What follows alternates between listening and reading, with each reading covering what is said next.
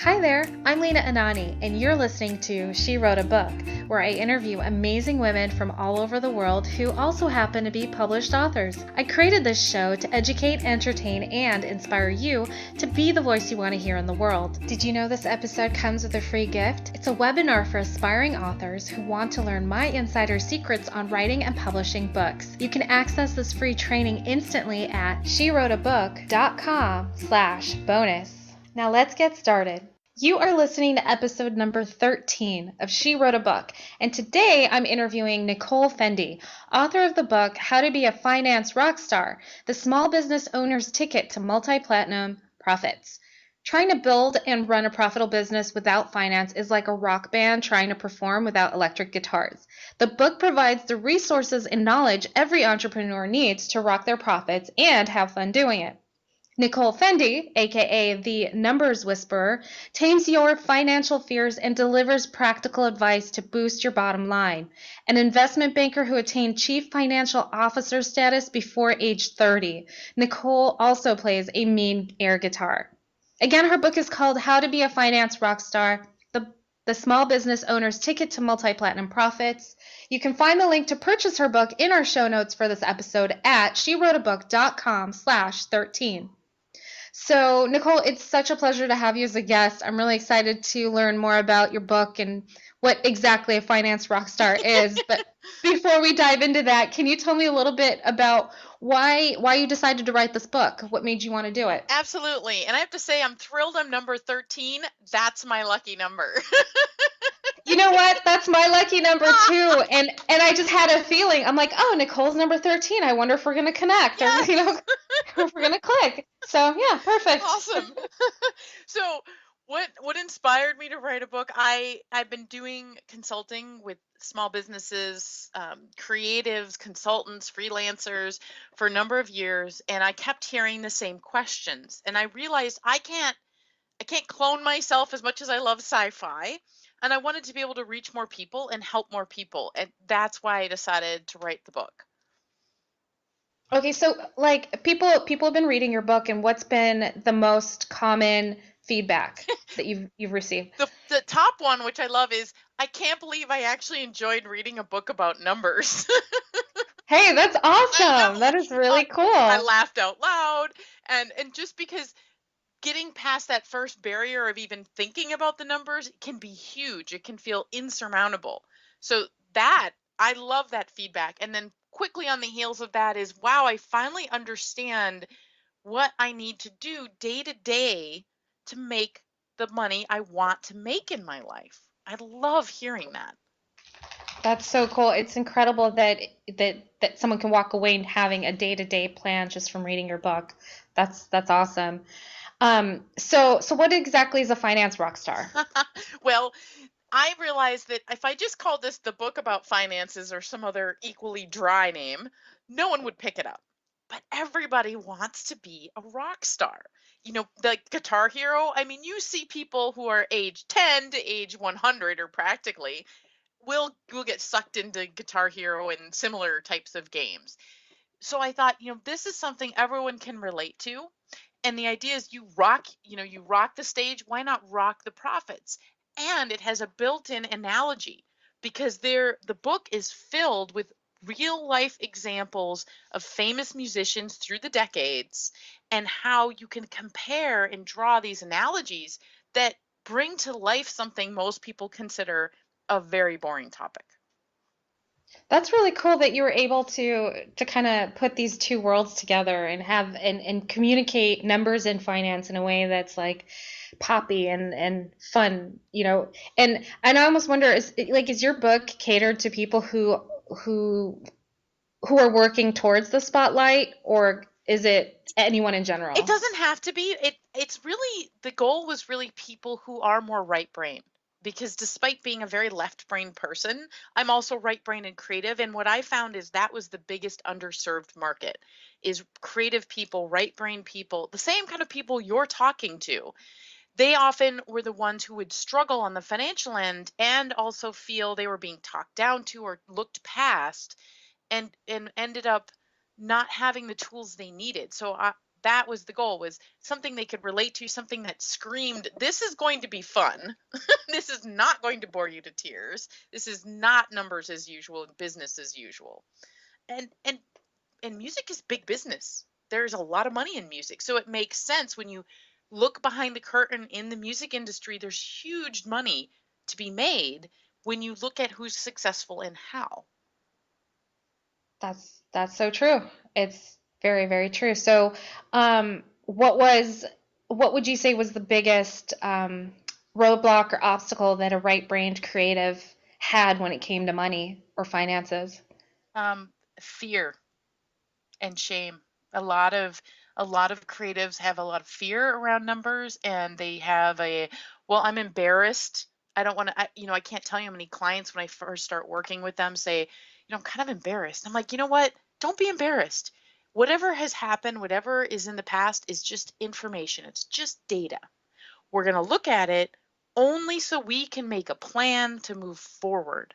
But there's so much of this emotional entanglement there that people would rather set it aside. And a lot of finance people can be dismissive or arrogant, and it doesn't help, right, in getting people to step forward and look at it and say, okay, wherever you are today is fine.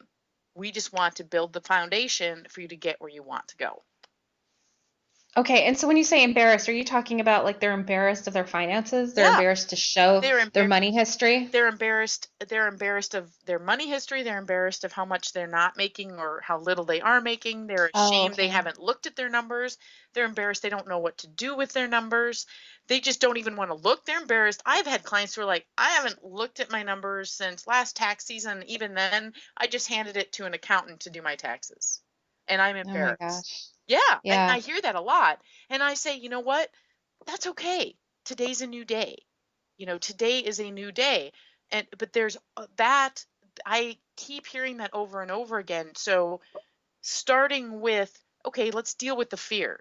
Let's deal with the shame. Let's deal with all that. And so we can set it aside and focus on moving forward. And I have heard countless times this big sigh. A lot of my clients are virtual, a big sigh, and then, wow, it feels so good to hear you say that. Awesome. Awesome. So I'm reading through the description on your Amazon page, and something that caught my attention is a bullet point that you say, discover how you can use only 4 numbers, 4, to understand what drives profit in your business and unlock the secret to multi-platinum profits. Just 4 numbers? What does that mean, 4 numbers? Like 1, 2, 3, 4, 4 steps?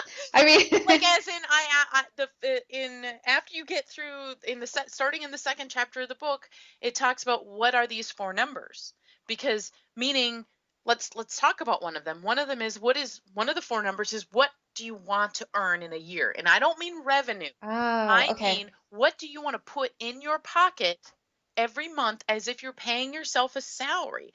A lot of people don't think about that. They put it at the end. I'm putting it at the beginning and saying, we're going to start with, what do you want to earn? And then we're going to figure out how to make it happen. So that's the first number. Okay, all right, I get it. So they're number questions. Yeah. Numbers, I get it. Okay, that's awesome.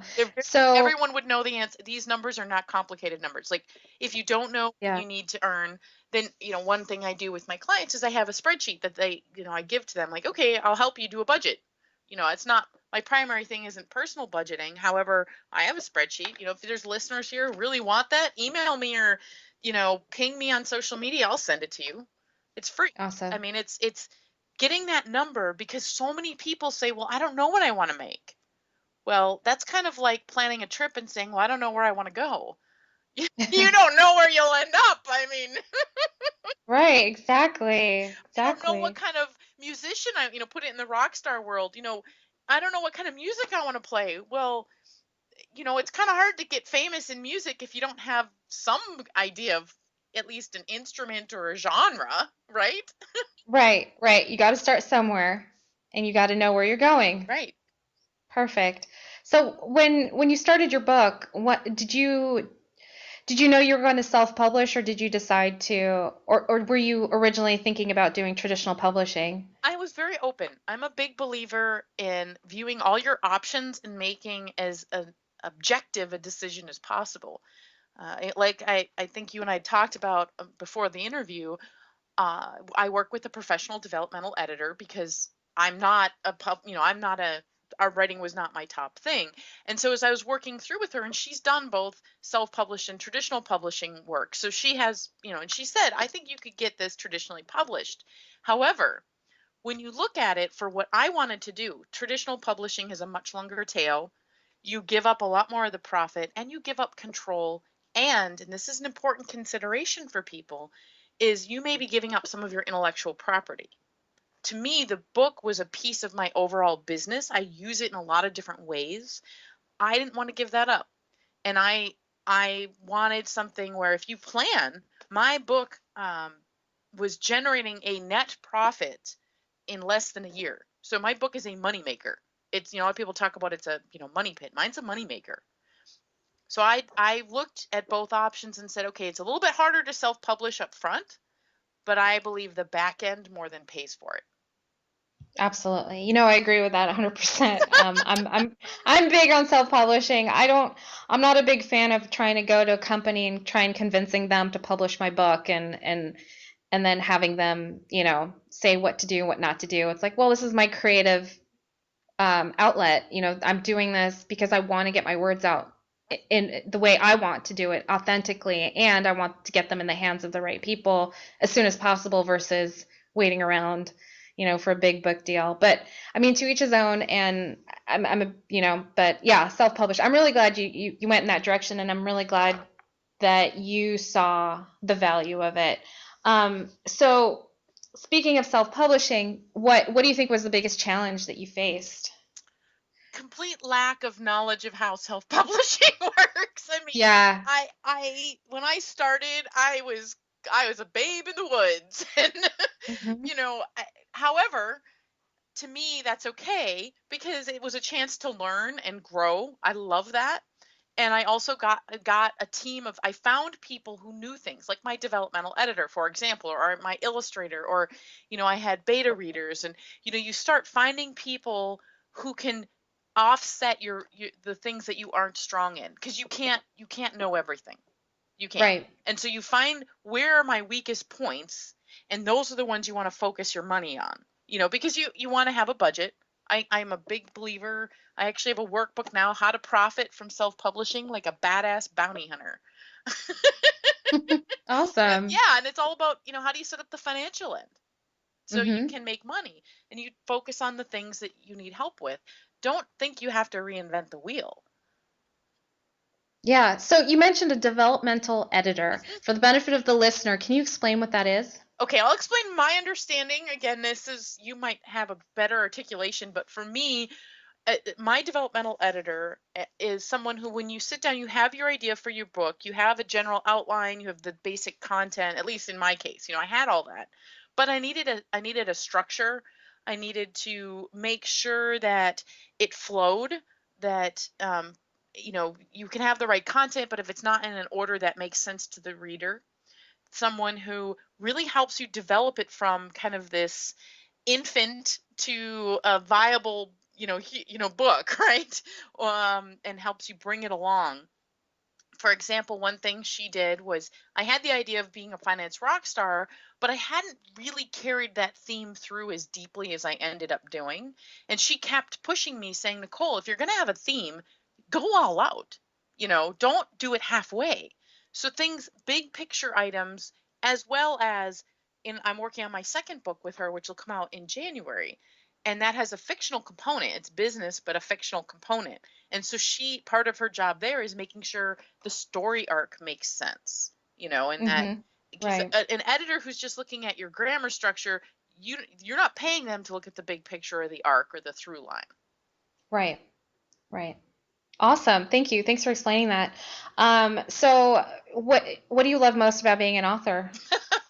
What I'm gonna say two things. One is, I love, just it's exciting. I'm the first person in my family who's ever published a book, so that was really neat in my family. It was a big deal. The biggest thing though is, I love it when people come back to me and say, I get it, or I'm making money, or this is the breakthrough I needed, because I really wrote it for the people who want to be successful in business and just needed the knowledge to do it. And that, to me, makes it all worth it. Indeed. I love the breakthrough. Nicole, thank you so much for being our special guest today. We will have a link to your book in the show notes for this episode, and our listeners can find that at SheWroteABook.com/13 to learn more about our author and her rockstar book. Thank you, Nicole. Thank you for listening to She Wrote a Book. If you enjoyed this episode, then subscribe now so you can automatically get access to all new episodes, and feel free to share your inspired thoughts with us in the comments too. I'd love to hear from you. Are you ready to write your own book? Get started now with my quick and concise webinars so you can learn my insider secrets on writing and publishing your own book. Claim your free gift now at SheWroteABook.com/bonus. Until then, may you always feel good and make magic. Feel good, make magic now. Lena, Anani will show you how. Ignite that wisdom inside of you and show the world what you do. To publish, write, and promote.